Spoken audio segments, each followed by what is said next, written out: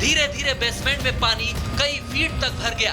अफरा तफरी में कई छात्र डूबने लगे और उनके पेट में गंदा पानी भर गया और फिर दम घुटने से 3 छात्रों की मौत हो गई।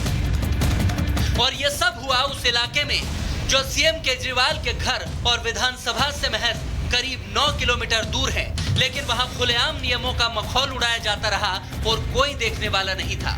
घटनाएं जब होती हैं मतलब किसी वजह से किसी की जान चली जाए, बिना किसी कारण की जान चली जाए किसी की, मतलब बदइंतजामी से, और एक जान की कीमत तो वो जानता है जो माँ बाप जिस बच्चे को पैदा करते हैं, पालते पोसते हैं, बड़ा करते हैं। ये घटना नहीं है, ये राज्य प्रायोजित हत्याएं हैं, क्योंकि वहाँ पर वो क्लासेस इस प्रकार से कैसे चल रही थी।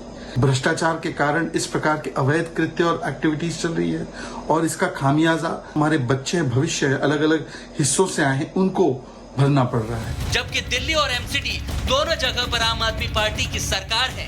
जैसे एमसीडी की जिम्मेदारी है सीवर और नालों की सफाई की, उस पर अब आम आदमी पार्टी का राज है, तो 15 साल तक वहीं पर बीजेपी भी काबिज रही है। ये हादसा नहीं है, ये हत्या है आपके लापरवाही के कारण, आपके भ्रष्टाचार, आपके पैसे के लालच के कारण, आपकी भूख के कारण जो दिल्ली को तबाह कर रही है, और आप बच नहीं सकते इससे।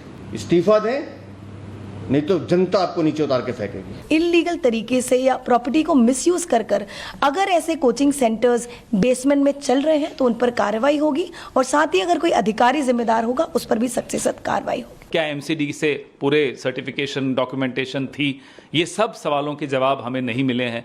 ये एक दूसरे पर छीटाकशी करना, एक दूसरे पर आरोप प्रत्यारोपण करना, ये बड़ा आसान होता है। पिछले 10 साल से हम यही देख रहे हैं, लेकिन इसमें हो क्या रहा है? पिस रहा है आम आदमी।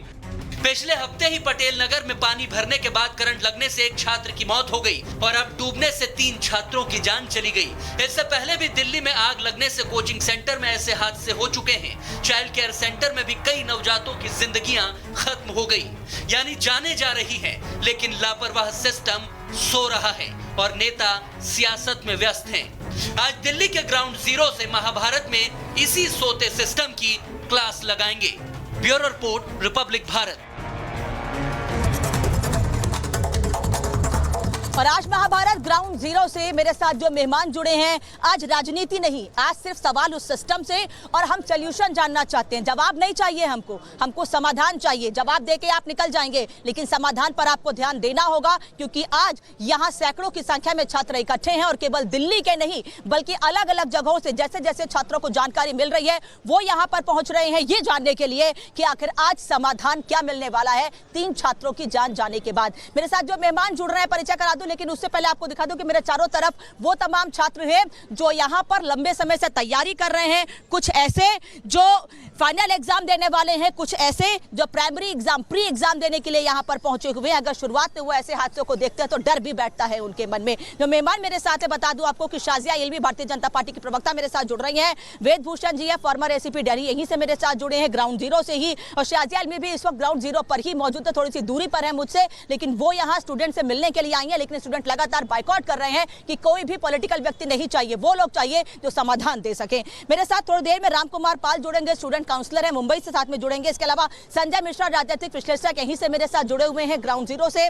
यहाँ पर इनसे मैं बात करूंगी कि ये क्या कहेंगे आज छात्रों की दिक्कतों को समझ के। इसके अलावा चंद्रमोहन शर्मा कांग्रेस के नेता मेरे साथ बाहर से ही जुड़ रहे हैं, और प्रेम कुमार वरिष्ठ पत्रकार मेरे साथ यहाँ से जुड़ रहे हैं ग्राउंड जीरो से। आज ग्राउंड जीरो पर इन लोगों को लाने का मतलब यही है कि इन तमाम लोगों से ये रूबरू हो सके और इनके दर्द को समझ सके कि किन किन तरह की परेशानियों का सामना ये सब लोग कर रहे हैं। आज पहला सवाल मैं संजय मिश्रा से जानूंगी। संजय जी, लगातार मैं स्टूडेंट से बात कर रही हूँ, वो ये कह रहे हैं हमें इंसाफ चाहिए और एमसीडी के खिलाफ नारे, लेकिन केवल एमसीडी नहीं, वो सभी सरकारों से भी सवाल पूछ रहे हैं। देखिए अनामिका जी, सबसे पहले तो जिन बच्चों की जान गई है उनके परिवारजनों के लिए मैं ईश्वर से यही कामना करूंगा कि उन्हें शक्ति दे, संबल दे, कि इस घटना को, वो इस दुख को बर्दाश्त करने की शक्ति दे उन्हें, कि वो बर्दाश्त कर सके। मेरा सिर्फ एक डिमांड है कि जो बच्चों की आवाज़ आ रही है, शायद मैं भी सोशल मीडिया पे यही लिखा था कि त्वरित इनको न्याय मिले, और 2 चीज़ों की तरह क्यों ये घटना घटी, आगे ये सुनिश्चित हो कि इस तरह की घटना नहीं हो किसी भी बच्चों के साथ, किसी भी कार्यालय में किसी के साथ भी ये घटना नहीं हो, और इन्हें मुआवजा दिया जाए। मुआवजा कोई रास्ता नहीं निकलता, उससे जब बच्चों की जान वापस नहीं हो सकते, लेकिन आज इतनी दुखद ये घटना है, अनामिका जी आप खुद महसूस कर सकती हैं कि इसके ऊपर कुछ भी बात करना, चाहे वो एमसीडी हो, दिल्ली गवर्नमेंट हो, केंद्र गवर्नमेंटों की बात करने की आवश्यकता नहीं है। फिर भी तो राजनीति जांच होनी चाहिए। एक दूसरे के पाले में गेंद डाल रहे हैं, कह रहे हैं कि आपकी कमीज ज्यादा गंदी है मेरी कमीज से। क्या कोई जान वापस लौटा सकता है इन छात्रों की? देखिए, राजनीति करने वाले राजनीति करते रहेंगे। आपको अपना फर्ज निभाना होगा, मुझे अपना फर्ज निभाना होगा। आपको भी आज बच्चों के साथ खड़ा होना होगा, हमको भी बच्चों के साथ खड़ा होना होगा। जो पॉलिटिक्स करेंगे बच्चे देख रहे हैं, देश और दुनिया देख रही है कि किस तरह के ये हो रहे हैं, लेकिन बच्चों के साथ, उनके परिवारजनों के साथ ये न्याय होना चाहिए और इसकी बुलंद आवाज आप आज बन करके सामने। आज उसी आवाज के लिए मैं लोगों के बीच आई हूँ। आज यहाँ इन स्टूडेंट्स के बीच आने का मतलब यही है कि मैं इनकी आवाज बन सकूं, हम इनकी आवाज बन सके, तमाम मीडिया के लोग इनकी दिक्कतों को पहुंचा सके। क्या परेशानी होती है आप लोगों को? यहाँ पहली चीज़ तो हमारी सिक्योरिटी को लेकर कोई भी प्रावधान नहीं है और ना ही हमारे समस्याओं को सुनने के लिए यहाँ कोई ऐसा यूनिट है जिससे हम अपनी बात कर सकें। सबसे बड़ी समस्या यहाँ रूम रेंट जिससे भी लेते हैं वो वहाँ से प्रॉब्लम शुरू होती है और कोचिंग इंडस्ट्री तक हम लोग को हर जगह परेशानी झेलनी पड़ती है।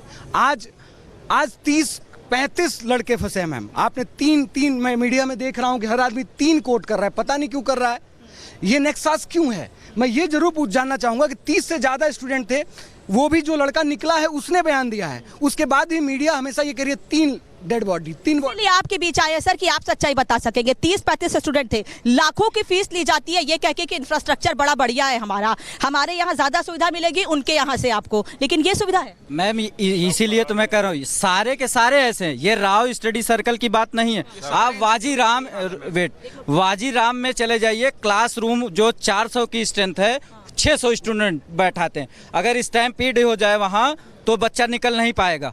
और ये पूरे राजेंद्र नगर की प्रॉब्लम है, ओनर से लेकर ब्रोकर से लेकर सब सारे लोग ऐसे हैं। अगर ये नया प्रॉब्लम नहीं है और कि हाँ आज पानी लग रहा है, 5-6 साल से मैं रह रहा हूँ तब भी यहाँ पानी लग। मैं पटेल नगर देखा हूँ, वहाँ भी अभी निखिल राय की जो डेथ हुई है। और हम लोग की मांग ये है मैम कि मुआवजा दिया जाए। राजनीति हम करने नहीं, आरोप प्रत्यारोप में ये मुद्दा दब जाएगा। देश में आज युवाओं की स्थिति हर जगह, नीट का पेपर आप देखें, आप ट्रेनों में भर भर के पेपर लीक का मैटर, हर चीज़ ये यूपीएससी वालों के साथ नहीं है, हर जगह है ये। तो इसका समाधान सरकार कब करेगी? आप में से कोई ऐसा है जो राव इंस्टीट्यूट में पढ़ता रहा हो और मुझे बता सके कि वहाँ की हकीकत क्या है? कोई यहाँ पर राव में पढ़ने वाला है या आसपास किसी कोचिंग इंस्टीट्यूट में जहाँ बेसमेंट में क्लासेस चलती हो? आप में से कोई ऐसा है? कोई मुझे बता सकेगा यहाँ की हकीकत, वाकई में बेसमेंट में क्या पढ़ाई हो सकती है आप लोगों की? आगे आइएगा भैया, आगे आइएगा। क्या नाम है? कहाँ यहीं पढ़ते हैं? Yes ma'am. कितनी दूरी पर पढ़ते हैं? वाजीराम में मैम 300 मीटर। क्या व्यवस्था है? आप ऊपर कोचिंग मैम ओवर क्राउडेड है, काफ़ी ज़्यादा ओवर क्राउडेड है। यस। जब आपने एडमिशन लिया